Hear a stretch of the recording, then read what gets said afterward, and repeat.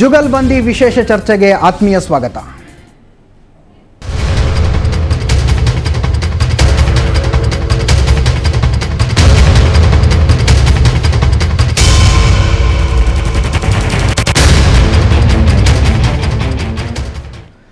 ಪ್ರತಿದಿನ ಜುಗಲ್ಬಂದಿ ಕಾರ್ಯಕ್ರಮದಲ್ಲಿ ನೀವು ಸಾಮಾನ್ಯವಾಗಿ ರಾಜಕೀಯಕ್ಕೆ ಸಂಬಂಧಪಟ್ಟಂತಹ ಚರ್ಚೆಗಳನ್ನು ನೋಡ್ತಾ ಇದ್ರಿ. ಆದರೆ ರಾಜಕೀಯ ಚರ್ಚೆಗಳು ಎಷ್ಟು ಮಾಡಿದ್ರೂ ಮುಗಿಯೋದೇ ಅಲ್ಲ. ಇವತ್ತೊಂದು ಜನಪರವಾದಂಥ ವಿಷಯವನ್ನು, ಅದರಲ್ಲೂ ಬಡವರ ಪರವಾದಂಥ ವಿಷಯವನ್ನು ನಾವು ತಗೊಂಡು ಬಂದಿದ್ದೀವಿ. ಬಡ್ಡಿಯ ಭೂತ ಅನ್ನೋದು ಜನರನ್ನು ಕಿತ್ತು ತಿಂತಾ ಇದೆ. ಬಾಯಿಗೆ ಬಂದಷ್ಟು ಬಡ್ಡಿಯನ್ನು ವಸೂಲು ಮಾಡುವಂಥ ಫೈನಾನ್ಷಿಯರ್ಗಳು ಬಡವರ ರಕ್ತ ಹೀರ್ತಾ ಇದ್ದಾರೆ. ಬಹುಶಃ ಹಂತಕರು, ಕೊಲೆಗಡಕರು ಅಂತ ಏನು ಹೇಳ್ತೀವಿ, ಅವರು ಒಂದೇ ಸಲ ಕೊಂದು ಬಿಡ್ತಾರೆ. ಆದರೆ ಬಡ್ಡಿ ಮಾಫಿಯಾದವರು ಜನರನ್ನು ನಿಧಾನವಾಗಿ ಕೊಲ್ತಾ ಹೋಗ್ತಾರೆ. ಇದರ ಬಗೆಗಿನ ಒಂದು ವಿಶೇಷ ಚರ್ಚೆ, ನಿಮ್ಮ ಕಣ್ಣು ತೆರೆಸುವಂಥ ಒಂದು ಚರ್ಚೆನ ನಾವಿವತ್ತು ತೆಗೆದುಕೊಂಡು ಬಂದಿದ್ದೀವಿ. ಚರ್ಚೆ ಏನು ಅನ್ನೋದನ್ನು ನೋಡೋದಕ್ಕಿಂತ ಮುಂಚೆ ಒಂದು ಸಲ ಈ ವರದಿ ನೋಡಿ.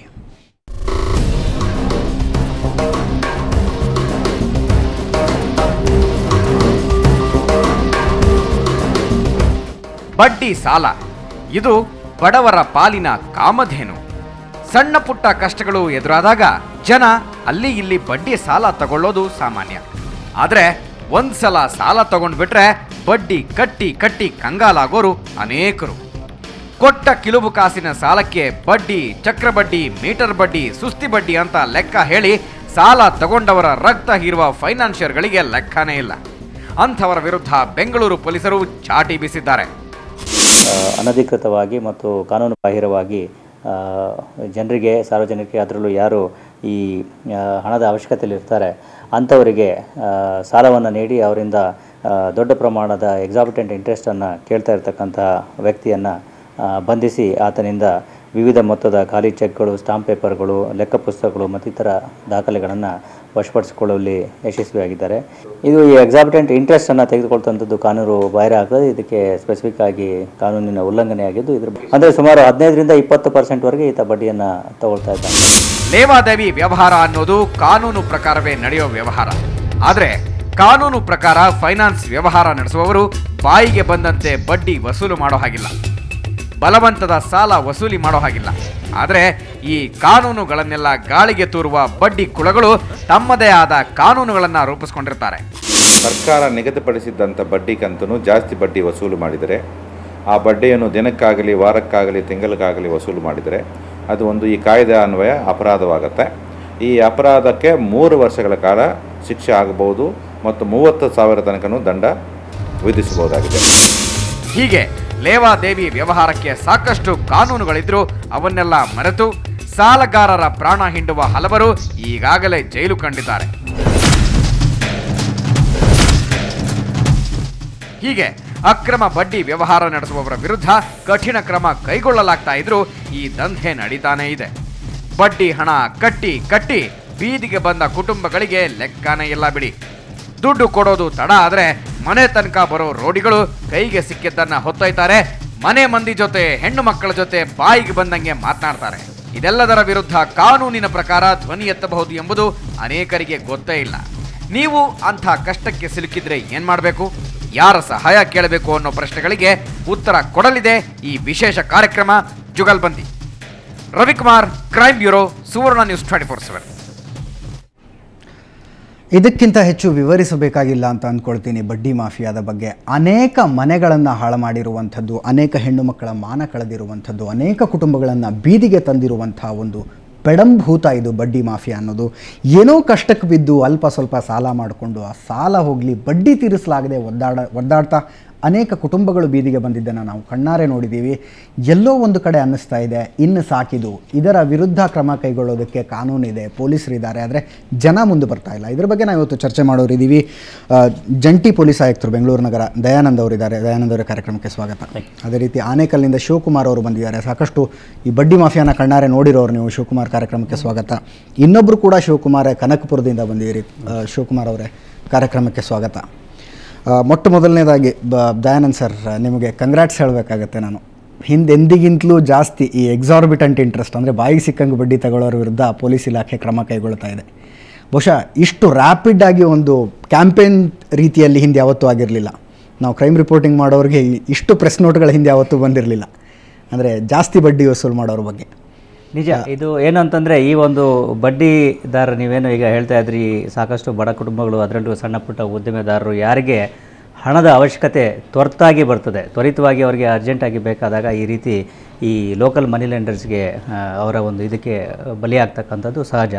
ಇದ್ರ ಬಗ್ಗೆ ಬಹುಶಃ ಬೆಂಗಳೂರು ನಗರ ಪೊಲೀಸರು ಏನಿದ್ದಾರೆ ಪ್ರೋಯಾಕ್ಟಿವ್ ಆಗಿ ಬಹುಶಃ ಯಾವುದೇ ಬೇರೆ ನಗರ ಪೊಲೀಸ್ ವ್ಯವಸ್ಥೆ ಕಂಪೇರ್ ಮಾಡಿದ್ರೆ ಇಲ್ಲಿ ಇದ್ರ ಬಗ್ಗೆ ಪ್ರೋಯಾಕ್ಟಿವ್ ಆಗಿ ಒಂದು ಕೆಲಸವನ್ನು ನಗರ ಪೊಲೀಸರು ಮಾಡಿದ್ದಾರೆ. ಸುಮಾರು 2008ರಿಂದ ನಂತರದಲ್ಲೇ ಈ ಒಂದು ಬಡ್ಡಿಯ ಒಂದು ಏನಿದೆ ಅದನ್ನು ತಪ್ಪಿಸಲಿಕ್ಕೆ ಸಾಕಷ್ಟು ಕ್ರಮಗಳನ್ನು ಕೈಗೊಳ್ಳಲಾಗಿದೆ. ಪ್ರಮುಖವಾಗಿ ಕಾನೂನಿನ ಅಡಿಯಲ್ಲಿ, ಕಾನೂನಿನ ಚೌಕಟ್ಟಿನಲ್ಲಿ ಇವರನ್ನು ಯಾವ ರೀತಿ ಮಟ್ಟ ಹಾಕ್ಬೋದು ಅಥವಾ ಯಾವ ರೀತಿ ಇವರಿಂದ ಏನು ವಂಚನೆ ಅಥವಾ ಒಂದು ತೊಂದರೆಗೆ ಒಳಗಾಗ್ತಾರೆ ಅವರಿಗೆ ಯಾವ ರೀತಿ ನಾವು ಒಂದು ನ್ಯಾಯವನ್ನು ಒದಗಿಸ್ಬೋದು ಅನ್ನೋದ್ರ ಬಗ್ಗೆ ಸಾಕಷ್ಟು ಚಿಂತನೆಯನ್ನು ಮಾಡಿ 2008ರಲ್ಲೇ ನಗರ ಪೊಲೀಸ್ ಆಯುಕ್ತರು ಆ ಸಂದರ್ಭದಲ್ಲಿ ಒಂದು ಸುತ್ತೋಲೆಯನ್ನು ಹೊರಡಿಸಿದರು. ಅದೇ ಒಂದು ಸುತ್ತೋಲೆಯ ಆಧಾರದ ಮೇಲೆ ಈಗಲೂ ಕೂಡ ಕ್ರಮಗಳನ್ನು ಕೈಗೊಳ್ಳಲಾಗ್ತಾ ಇದೆ. ಇನ್ನೊಂದು ಹೇಳಿದಾಗ ಬಹಳ ಜನರಿಗೆ ಗೊತ್ತೇ ಇಲ್ಲ, ನಾವು ಬಡ್ಡಿ ಜಾಸ್ತಿ ಕೇಳಿದ್ರೆ ಪೊಲೀಸರು ಹಿಂದೆ ನಾವು ಪ್ರಕರಣಗಳನ್ನು ಗಮನಿಸಿದ್ರು ಕೂಡ ಹಿಂದೆ ಹೆಚ್ಚಾಗಿ ಬರ್ತಾ ಇರಲಿಲ್ಲ. ಈಗ ಜನರಲ್ಲಿ ತಿಳುವಳಿಕೆ ಮೂಡಿದೆ. ಸಾಕಷ್ಟು ಜನ ಇದ್ರ ಬಗ್ಗೆ ಬಂದು ನಮ್ಮ ಮಟ್ಟದಲ್ಲಾಗಲಿ ಅಥವಾ ಪೊಲೀಸ್ ಠಾಣೆ ಮಟ್ಟದಲ್ಲಾಗಲಿ ಬಂದು ಇದ್ರ ಬಗ್ಗೆ ಕಂಪ್ಲೇಂಟ್ ಕೊಡ್ತಕ್ಕಂಥದ್ದು ಅಥವಾ ದೂರುಗಳನ್ನು ಕೊಡ್ತಕ್ಕಂಥದ್ದು ಅಥವಾ ಅನಾನಿಮಸ್ ಆಗಿ ಲೆಟರ್ಗಳನ್ನು ಬರಿತಾ ಇರತಕ್ಕಂಥದ್ದು ಸಾಕಷ್ಟು ನಮ್ಮ ಗಮನಕ್ಕೆ ಬರ್ತಾ ಇದೆ. ಮತ್ತು ಎಲ್ಲೆಲ್ಲಿ ಈ ರೀತಿಯ ಲೆಟರ್ಗಳು ಅಥವಾ ಕಂಪ್ಲೇಂಟ್ಗಳು ಅಥವಾ ಮಾಹಿತಿಗಳು ಬರ್ತಾ ಇದ್ದಾವೆ ಅದರಲ್ಲಿ ಪೊಲೀಸರು ತ್ವರಿತವಾಗಿ ಕ್ರಮಗಳನ್ನು ಕೈಗೊಳ್ತಾ ಇದ್ದಾರೆ. ಇದರಿಂದಾಗಿ ಸ್ವಲ್ಪ ಮಟ್ಟಿಗೆ ಅವರ ಹಾವಳಿಯನ್ನು ನಿಯಂತ್ರಿಸುವಲ್ಲಿ ನಾವು ಸಫಲರಾಗಿದ್ದೇವೆ ಅಂತ ಹೇಳಿದರೆ ತಪ್ಪಾಗಲಿಕ್ಕಿಲ್ಲ. ಶಿವಕುಮಾರ್ ಅವರೇ, ನಿಮ್ಮ ಅನುಭವ ಏನಿದೆ ಈ ಬಡ್ಡಿ ಕುಳಗಳ ಜೊತೆಗೆ? ಈಗ ತಾವು ಹೇಳೋದೇನೆಂದರೆ, ಬಹುಶಃ ಇವತ್ತು ರೈತನು ಸಂಕಷ್ಟದಲ್ಲಿದ್ದಾನೆ. ಇವತ್ತು ಬ್ಯಾಂಕ್ಗೆ ಹೋಗ್ತೀರಿ, ಅವನು ಬ್ಯಾಂಕ್ಗೆ ಹೋದವಾಗ ಅವ್ನು ಸಾಲ ಸಿಗಲ್ಲ, ಈಗ ಬೆಳೆ ಇಕ್ಬೇಕು, ಈಗ ಮಳೆಗಾಲ ಸ್ಟಾರ್ಟ್ ಆಗಿದೆ, ಆಗ ನಾವು ಹೋಗಲೇಬೇಕು ಒಬ್ಬನ ಹತ್ರ, ಅವನು 10% ಬಡ್ಡಿ ಹಾಕ್ತಾನೆ. ಆವಾಗ ನಾವು ರೈತರು ಇವತ್ತು ಅಧ್ವಾನ ಆಗ್ತಾ ಇರೋದು, ಆ ಬಡ್ಡಿ ಕಟ್ಟೋಕ್ಕಾಗಲ್ಲ, ಅವ್ನು ಬೆಳೆದಂಥ ಬೆಳೆನೇ ಇವತ್ತು ನ್ಯಾಯವಾದ ರೀತಿಯಲ್ಲಿ ಸಹಕಾರ ಸಿಗ್ತಾ ಇಲ್ಲ. ನನ್ನ ಪ್ರಕಾರ ಈ ಬಡ್ಡಿ ಮಾಫಿಯಾದಿಂದ ಅತಿ ಹೆಚ್ಚು ಸಂಕಷ್ಟ ಅನುಭವಿಸ್ತಿರೋನೇ ರೈತ. ಇವತ್ತು ಸಂಜೆ ಮಳೆ ಆಗುತ್ತೆ, ನಾಳೆ ಬೆಳಗ್ಗೆ ಗೊಬ್ಬರ ಬೇಕು, ನಾಳೆ ಬೆಳಗ್ಗೆ ಬರಗಾಲ ತಾಂಡ ಆಡ್ತಾ ಇದೆ. ಇವತ್ತು ನಾವು ರೈತರು ಇವಾಗ ಒಂದು ಬೋರ್ ಅಳಿಬೇಕಂದ್ರೆ ಇವತ್ತು ಅಂತರ್ಜಲ ಕೆಳಕ್ಕೆ ಹೋಗ್ತಾ ಇದೆ. ಇವತ್ತು ಅದನ್ನು ಇದು ನಮ್ಮ ಸರ್ಕಾರ ಎಚ್ಚೆತ್ಸ್ಕೊಬೇಕು. ಇವತ್ತು ಬ್ಯಾಂಕ್ಗಳವರು 1 ಲಕ್ಷದವರೆಗೂ ನಿಮ್ಗೆ ಯಾವುದೇ ಶ್ಯೂರಿಟಿ ಇಲ್ಲ ಅಂತಾರೆ, ಆದರೂ ಅವರು ಬ್ಯಾಂಕ್ನವ್ರು ಎಲ್ಲ ಶ್ಯೂರಿಟಿ ತಗೊತಾರೆ. ಶ್ಯೂರಿಟಿ ತಗೊಂಡು ಆದ್ರೂ ಅವರು ಯಾವುದೇ ರೀತಿಯಲ್ಲಿ ಎಲ್ಲ ರೆಕಾರ್ಡ್ಸ್ ಕೊಟ್ರು ಆಮೇಲೆ ಅವರು ನಾವು ಕಟ್ಟಿಲ್ಲ, ಆ ಬೆಳೆಯಲ್ಲಿ ನಮ್ಗೆ ನಷ್ಟ ಆಯಿತು ಅಂದರೆ ಕೋರ್ಟ್ಗೆ ಹಾಕ್ತಾರೆ. ಕೋರ್ಟ್ಗೆ ಹಾಕಿದಾಗ ನಾವು ಆ ಕೋರ್ಟ್ಗೆ ಅಲ್ದಿ ನಾವು ಸಾಕಾಗಿ ನಾಳೆ ಒಡವೆ ವಸ್ತು ಎಲ್ಲ ಮಾರಿ ಇವತ್ತು ನಾವು ಈ ಪರಿಸ್ಥಿತಿಗೆ ರೈತನು ಆವಾಗ ಆತ್ಮಹತ್ಯೆಗೆ ಸ್ಟಾರ್ಟ್ ಆಗೋ ಪರಿಸ್ಥಿತಿ ಬಂದಿದೆ. ಕನಕಪುರ ಶಿವಕುಮಾರ್ ಅವರೇ, ಸರ್ ಈಗಾಗಲೇ ನಿಮ್ಮ ಕಡೆ ಎಷ್ಟಿದೆ ಬಡ್ಡಿ, ಇಂಟ್ರೆಸ್ಟ್ ರೇಟ್ ಎಷ್ಟಿದೆ ಬಡ್ಡಿ? ಸರ್ ಈಗೆಲ್ಲ 10%, 12%, ಅಂದ್ರೆ 100ಕ್ಕೆ 10 ರೂಪಾಯಿ ತಿಂಗಳಿಗೆ 12 ರೂಪಾಯಿ ತಗೋತಾ ಇದ್ದಾರೆ ಸರ್. ಓಕೆ, ತುಂಬಾ ಜಾಸ್ತಿ ಆಗಿದೆ ರೈತನಿಗೆ, ಅದರಲ್ಲೂ ರೈತನಿಗೆ ತುಂಬಾ ವನವಾಸ ಆಗಿದೆ ಸರ್. ತಿಂಗಳಿಗೆ 10ರಿಂದ 12% ಅಂದ್ರೆ ಒಬ್ಬ ರೈತ ಒಂದು ಬೋರ್ವೆಲ್ ಹೊಡಿಸ್ಬೇಕು ಅಂತ 1 ಲಕ್ಷ ಸಾಲ ತಗೊಂಡ್ಬಂದ್ರೆ ಒಂದು ತಿಂಗಳಿಗೆ 10ರಿಂದ 12 ಸಾವಿರ ಅದ ಅವನು ಕಂತು ಕಟ್ಟಬೇಕು. 120%. ಇದು ಯಾವ ನ್ಯಾಯ, ಯಾವ ಲೆಕ್ಕಾಚಾರ ಅಂತ ಸರ್? ಲೀಗಲಿ ಎಷ್ಟು % ತಗೋಬಹುದು ಅಂತ ಇದೆ? ಲೀಗಲಿ 1965ರಲ್ಲಿ ಕರ್ನಾಟಕ ಸರ್ಕಾರ ಒಂದು ಅಧಿಸೂಚನೆಯನ್ನು ಹೊರಡಿಸಿದೆ. ಅದರ ಪ್ರಕಾರ 1965 ವಿತೌಟ್ ಶ್ಯೂರಿಟಿ 18% ಅಂತ ಹೇಳಿ ಫಿಕ್ಸ್ ಮಾಡಿದೆ. ಅಂದ್ರೆ ವರ್ಷಕ್ಕೆ ಒಂದು ವರ್ಷಕ್ಕೆ 15%, ವಿತ್ ಶ್ಯೂರಿಟಿ. ವಿತೌಟ್ ಶ್ಯೂರಿಟಿ 18% ಮಾಡಬೇಕು ಅಂತ ಹೇಳಿ. ಮತ್ತು ಯಾವುದೇ ಒಬ್ಬ ಲೇವಿದಾರ ಈ ರೀತಿ ಬಡ್ಡಿಯನ್ನು 18% ಅಂದ್ರೆ ತಿಂಗಳಿಗೆ 1.5% ಮಾತ್ರ, 1.5%, 10% ಅವರು ಹೆಚ್ಚಾಗಿ ಮಾಡ್ತಾ ಇರ್ತಾರೆ.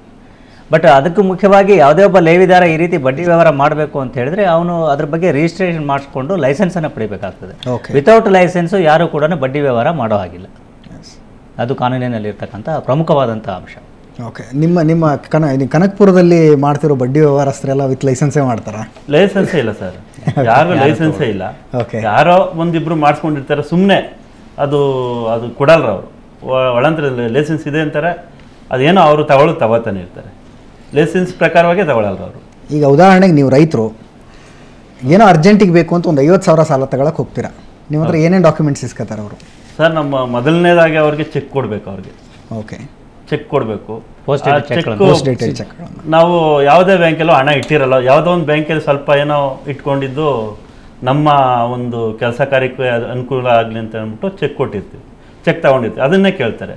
ಅದನ್ನು ತಗೊಂಡೋಗಿ ಒಂದು 3 ತಿಂಗಳಾದಮೇಲೆ ಅವರು ಕೊಟ್ಟಿಲ್ಲ ಅಂದ್ಬಿಟ್ಟು ಚೆಕ್ ಬೌನ್ಸ್ ಆಯಿತು ಅಂತ ಹೇಳ್ಬಿಟ್ಟು ಕೋರ್ಟ್ ಕಾಯಿ ಎಳಿತಾರೆ. ಅವನು ಮಾನ ಮರ್ಯಾದೆಗೋಸ್ಕರ ಔಷಧಿ ವಿಷ ಕುಡಿಯೋದು, ಇಲ್ಲ ನೆಣ ಕೊಡೋದು, ಈ ಥರ ಒಂದು ಇದಾಗಿದೆ, ದುಸ್ಥಿತಿಯಾಗಿದೆ. ಈ ಚೆಕ್ಗಳು ಕೂಡ ಬ್ಲ್ಯಾಂಕ್ ಚೆಕ್ ತಗೊಳ್ತಾರೆ, ಅಂದರೆ ಸಿಗ್ನೇಚರ್ ಮಾತ್ರ ಇರುತ್ತೆ, ಅಮೌಂಟನ್ನು ಅವರು ಉಲ್ಲೇಖ ಮಾಡಿರಲ್ಲ, ಎಷ್ಟು ಬೇಕಾದರೂ ಬರ್ಕೊಂಡ್ಬಿಡ್ಬೋದು. ನಂತರದಲ್ಲಿ ಇದಾಗಿ ಅವ್ರ ಮೇಲೇ ಪ್ರಕರಣ ಅದೊಂದು ಭಯ ಹುಟ್ಟಿಸ್ಲಿಕ್ಕೆ ಆ ರೀತಿ ಮಾಡ್ತಾರೆ. ಎರಡನೇದಾಗಿ ಮಾರ್ಟ್ಗೇಜ್ ಮಾಡ್ತಕ್ಕಂಥದ್ದು, ಏನೇ ಪ್ರಾಪರ್ಟಿ ಇರ್ತದೆ ಅವ್ರ ಹತ್ರ ಅದ್ರದ್ದು ಡಾಕ್ಯುಮೆಂಟ್ಸನ್ನು ಇಟ್ಕೊಳ್ತಕ್ಕಂಥದ್ದು ಅಥವಾ ಪ್ರಾಮಿಸರಿ ನೋಟ್ಗಳನ್ನು ಇಟ್ಕೊಳ್ತಕ್ಕಂಥದ್ದು. ಈಗ ನಾವು ಏನೇನು ಎಲ್ಲೆಲ್ಲಿ ರೇಟ್ ಮಾಡಿದ್ವಿ ಎಲ್ಲ ಕಡೆನೂ ಬ್ಲ್ಯಾಂಕ್ ಚೆಕ್ಗಳೇ ಸಾಕಷ್ಟು ಸಂದರ್ಭದಲ್ಲಿ ಸಿಗ್ತಕ್ಕಂಥದ್ದು. ಅದ್ರ ಜೊತೆಗೆ ಡಾಕ್ಯುಮೆಂಟ್ಸ್, ಪ್ರಾಪರ್ಟಿ ಡಾಕ್ಯುಮೆಂಟ್ಸ್ಗಳು, ಅವುಗಳನ್ನು ಅವ್ರ ಹತ್ರ ಇದು ಇಟ್ಕೊಂಡ್ಬಿಟ್ರೆ ಅವನು ಏನು ಮಾಡ್ಲಿಕ್ಕೆ ಆಗೋದಿಲ್ಲ, ಅವರ ಒಂದು ಇದರಲ್ಲಿ ಸಿಕ್ಕಾಕೊಂಡಾಗೆ ಆಗ್ಬಿಡ್ತದೆ. ನನ್ನ ಪ್ರಕಾರ ಒಂದು ಸಲ ಪ್ರಾಪರ್ಟಿ ಡಾಕ್ಯುಮೆಂಟ್ ಇಟ್ಕೊಂಡು ಬಡ್ಡಿ ಸಾಲ ತಗೊಂಡ್ಬಿಟ್ರೆ ಆ ಪ್ರಾಪರ್ಟಿ ಅವ್ನು ಮರ್ತಂಗೆ ಲೆಕ್ಕ ಸೇಲ್ ಕಂಡೀಷನ್ ಅಂತ ಮಾಡಿಸ್ಕೊತಾ ಇದ್ದಾರೆ ಸರ್. ಈಗ ಜಾಸ್ತಿ ಸೇಲ್ ಕಂಡೀಷನ್, ಫ್ಯೂಚರ್ ಸೇಲ್, ಆ ಡೇಟ್ ಮುಗೀತು ಅಂದ್ರೆ ಅವನ ಹೆಸರಿಗೆ ಖಾತೆನೇ ಹೊಂಟೋಗ್ಬೇಕು. ಅದು ವರ್ಗಾವಣೆ ಆದಂಗೆ ಜಮೀನು ಅವನ ಹೆಸರು ಖಾತೆನೇ ಆಗ್ಬಿಡ್ಬೇಕು. ಆ ರೀತಿ ಸೇಲ್ ಕಂಡೀಷನ್ ಮಾಡಿಸ್ಕೊಂಡು ರೈತ ನಿರಾಳವಾಗಿ ತಲೆ ಎತ್ಕೊಂಡು ತಿರುಗಾಡುವಂಗೂ ಇಲ್ಲ, ಜಮೀನು ಹೋಯ್ತು, ಅವನಿಗೆ ದುಡ್ಡು ಇರಲ್ಲ ಕೈಗೆ. ಇಷ್ಟೊಂದು ಸಂಕಷ್ಟ ಎದುರಿಸ್ತಾ ಇದ್ದಾನೆ. ನಿಜವಾಗ್ಲೂ ನಮ್ಮ ಸಮಾಜದ ಟ್ರಾಜಿಡಿ ಅನ್ಸುತ್ತೆ. ಯಾರೋ ನೌಕರಸ್ಥ ಒಂದು ಕಾರ್ ತಗೋಬೇಕು ಅಂದರೆ ಅವನು ಆಫೀಸ್ ತನಕ ಹುಡುಕೊಂಡು ಬಂದು 14.5% ಸಾಲ ಕೊಟ್ಬಿಡ್ತಾರೆ, 13% ಸಾಲ ಕೊಡ್ತಾರೆ. ಅವನಿಗೇನು ತೊಂದರೆ ಆಗಲ್ಲ, ಎಲ್ಲ ಸ್ಮೂತಾಗಿ ನಡ್ಕೊಂಡು ಹೋಗುತ್ತೆ. ಒಬ್ಬ ರೈತ ಬೀಜ ಗೊಬ್ಬರಕ್ಕೆ ಸಾಲ ತಗೋಬೇಕು ಅಂದರೆ ಎಷ್ಟೆಲ್ಲ ಸಂಕಷ್ಟ ಅನುಭವಿಸ್ಬೇಕು ಸರ್. ಈಗ ಜೂನ್ ತಿಂಗಳಿಗೆ ನಾವು ಬೀಜಗಳೆಲ್ಲ ಖರೀದಿ ಮಾಡ್ಬೇಕು ನಮ್ಮ ಕಡೆ, ನಮ್ಮ ಕನಕಪುರ ಭಾಗ. ತಗೊಳಕ್ಕೂ ಗೊಬ್ಬರ ತಗೊಳಕ್ಕೂ ಕಾಸಿರಲ್ಲ, ಅದಕ್ಕೂ ಸಾಲಕ್ಕೆ ಹೋಗ್ಬೇಕು. ಯಾಕೆಂದರೆ ಹಬ್ಬ ಹರಿದಿನಗಳೆಲ್ಲ ಮಾಡಿರ್ತಾನೆ, ಮದುವೆ ಮಾಡಿರ್ತಾನೆ, ಅಷ್ಟರಲ್ಲಿ ಎಲ್ಲ ಸಾಕಾಗೋಗಿರ್ತಾನೆ. ಆವಾಗ ಸಾಲಕ್ಕೆ ಹೋಗಲೇಬೇಕು. ಆ ಸಾಲಕ್ಕೆ ಹೋದಾಗ ಚೆಕ್ ಕೊಡು, ಡಾಕ್ಯುಮೆಂಟ್ಸ್ ಕೊಡು, ಜಮೀನ್ದು ಸುರಿಟಿ ಕೊಡಿ ಏನಾದರೂ. ಫೈನ್ ಶಿವಕುಮಾರ್ ಅವರು, ಇವತ್ತು ನಾವು ಕಾರ್ಯಕ್ರಮ ಮಾಡ್ತಿದ್ದೀವಿ, ಇದ್ರ ವಿರುದ್ಧ ಕಾನೂನು ಕ್ರಮ ತಗೋಬಹುದು ಅಂತ ಹೇಳ್ತಾ ಇದ್ದೀವಿ. ಇದಕ್ಕಿಂತ ಮುಂಚೆ ಅಕಸ್ಮಾತ್ ನಮ್ಗೆ ಸಾಲ ಕೊಟ್ಟವನಿಂದ ಶೋಷಣೆ ಆದರೆ ನಮಗೆ ಪೊಲೀಸರ ಸಹಾಯಕ್ಕೆ ಬರಬಹುದು ಅನ್ನುವಂಥ ಕಲ್ಪನೆ ಏನಾದರೂ ಜನರಿಗಿತ್ತ ಇದೆಯಾ ಈಗಲೂ? ಸರ್, ಪೊಲೀಸ್ನವರು ಅವರು ಮಧ್ಯವರ್ತಿಗಳನ್ನ ಫಸ್ಟ್ ಕಾಂಟ್ಯಾಕ್ಟ್ ಮಾಡ್ತಾರೆ, ನಮಗೆ ಸಾಲ ಕೊಟ್ಟಿರೋನೇ ಕಾಂಟ್ಯಾಕ್ಟ್ ಮಾಡ್ತಾರೆ.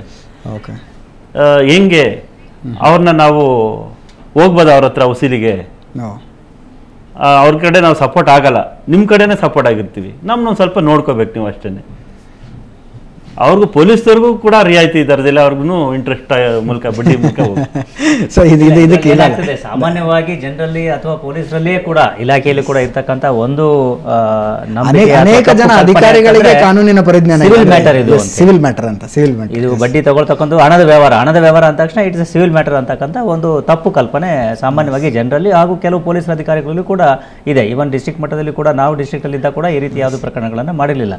ನಂತರ ಇದರ ಅಧ್ಯಯನವನ್ನು ಮಾಡಿದಾಗ ಈ ರೀತಿ ಕಾನೂನಿನ ಇದು ಇದ್ದಾವೆ, ಇದರಲ್ಲಿ ಸಂಜ್ಞೆಯ ಅಪರಾಧಗಳು ಇವೆಲ್ಲ ಅಂತಕ್ಕಂಥ ಒಂದು ಅಂಶ ಕಂಡು ಬಂದಾಗ ಪೊಲೀಸರು ಈ ರೀತಿ ಪ್ರೊಯಾಕ್ಟಿವ್ ಆಗಿ ಕೆಲಸವನ್ನು ಮಾಡ್ತಾ ಇದ್ದಾರೆ ಮತ್ತು ಸಾಕಷ್ಟು ದೂರುಗಳು ನಮಗೆ ಬರ್ತಾ ಇದ್ದಾವೆ. ಅದರ ಮೇಲೆ ಕ್ರಮಗಳನ್ನು ಕೂಡ ಕೈಗೊಳ್ಳಲಾಗ್ತಾ ಇದೆ. ಎಸ್ ದಯಾನಂದರು, ಮತ್ತೆ ನಾನು ನಿಮ್ಮ ಹತ್ರ ಬರ್ತೀನಿ. ಭಾಳ ಇಂಪಾರ್ಟೆಂಟ್ ಆದ ವಿಷಯ, ಬಹಳಷ್ಟು ಜನ ಪೊಲೀಸ್ ಅಧಿಕಾರಿಗಳಿಗೆ ಕೂಡ ಮಾಹಿತಿ ಇಲ್ಲ. ಬಡ್ಡಿ ಸಾಲವನ್ನು ತಗೊಂಡು ಶೋಷಣೆಗೊಳಗಾದಂಥ ಯಾವುದಾದ್ರು ವ್ಯಕ್ತಿ ತಮ್ಮ ಸ್ಟೇಷನ್ನಿಗೆ ಬಂದಂಥ ಸಂದರ್ಭದಲ್ಲಿ ಅವ್ರು ಹೇಳೋದು ಇದು ಸಿವಿಲ್ ಮ್ಯಾಟ್ರ್, ಇದು ನಮ್ಮ ಹತ್ರ ಬರೋದಿಲ್ಲ, ಕೋರ್ಟ್ಗೆ ಹೋಗಿ ಅನ್ನುವಂಥ ಮಾತನ್ನು. ಆದರೆ ಇದು ತಪ್ಪು. ಕಾನೂನಿನ ಪ್ರಕಾರ ಪೊಲೀಸರು ಬಡ್ಡಿ ಕೊಡೋರ ವಿರುದ್ಧ ಕ್ರಮ ಕೈಗೊಳ್ಳಬಹುದು ಅನ್ನುವಂಥ ವಿಷಯವನ್ನು ದಯಾನಂದ್ ಸರ್ ಹೇಳಿದರು. ಇದರ ಜೊತೆಗೆ ಇನ್ನಷ್ಟು ಇಂಟ್ರೆಸ್ಟಿಂಗ್ ವಿಷಯಗಳನ್ನು ನಾವು ಚರ್ಚೆ ಮಾಡಬೇಕಾಗಿದೆ. ಯಾವ್ಯಾವ ರೀತಿಯಲ್ಲಿ ಸಾಲ ತಗೊಂಡವನು ಶೋಷಣೆಗೊಳಗಾಗ್ತಿದ್ದಾನೆ, ಅದರ ಜೊತೆಗೆ ಸಾಲ ವಸೂಲು ಮಾಡೋದಕ್ಕೆ ಯಾವ ರೀತಿ ತೋಳ್ಬಲವನ್ನು ಬಳಸ್ತಾ ಇದ್ದಾರೆ ಅನ್ನೋದ್ರ ಬಗ್ಗೆ ಕೂಡ ಚರ್ಚೆ ಮಾಡೋಣ. ಅದಕ್ಕಿಂತ ಮುಂಚೆ ಒಂದು ಸಣ್ಣ ಬ್ರೇಕ್.